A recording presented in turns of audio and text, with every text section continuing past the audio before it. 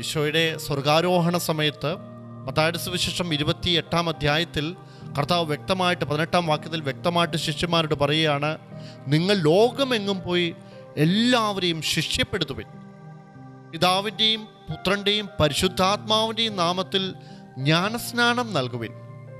എന്നിട്ട് കർത്താവ് പറയാണ്, ഞാൻ നിങ്ങളോട് കൽപ്പിച്ചവയെല്ലാം അനുസരിക്കാൻ അവരെ പഠിപ്പിക്കുവിൻ.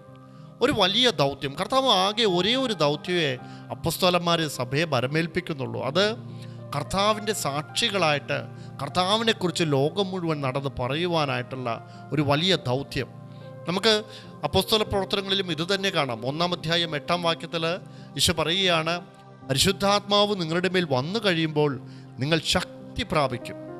ജെറുസലേമിലും യൂദയ മുഴുവനിലും സമരിയായാലും ഭൂമിയുടെ അതിർത്തികൾ വരെയും നിങ്ങൾ എനിക്ക് സാക്ഷികളായിരിക്കുകയും ചെയ്യും. കർത്താവ് അവിടെ വലിയൊരു ദൗത്യം നമ്മളെ ഭരമേൽപ്പിക്കുകയാണ്. ജ്ഞാനസ്നാനം സ്വീകരിച്ച സകല വിശ്വാസികളുടെയും ഉത്തരവാദിത്തമാണ് ദൈവവചനം പ്രഘോഷിക്കുക എന്നുള്ളത്. ആർക്കും അതിൽ നിന്ന് ഒഴിഞ്ഞു മാറുവാനായിട്ട് സാധിക്കുകയില്ല. അതുകൊണ്ടാണ് പൗലോസ് അപ്പോസ്തലൻ പറഞ്ഞത്, 1 കൊരിന്ത്യർ 9-ാം അധ്യായത്തിൽ വ്യക്തമായിട്ട് പൗലോസ് അപ്പോസ്തലൻ പറയുകയാണ്, ഞാൻ സുവിശേഷം പ്രസംഗിക്കുന്നെങ്കിൽ അതിലെനിക്ക് അഹംഭാവത്തിന് വകയില്ല, അതെൻ്റെ കടമയാണ്. പക്ഷെ ഞാൻ സുവിശേഷം പ്രസംഗിക്കുന്നില്ലെങ്കിൽ എനിക്ക് ദുരിതം. അങ്ങനെ പറയുന്ന പൗലോസ് അപ്പോസ്തലനെ നമ്മൾ വിശുദ്ധ ബൈബിളിൽ കാണുകയാണ്.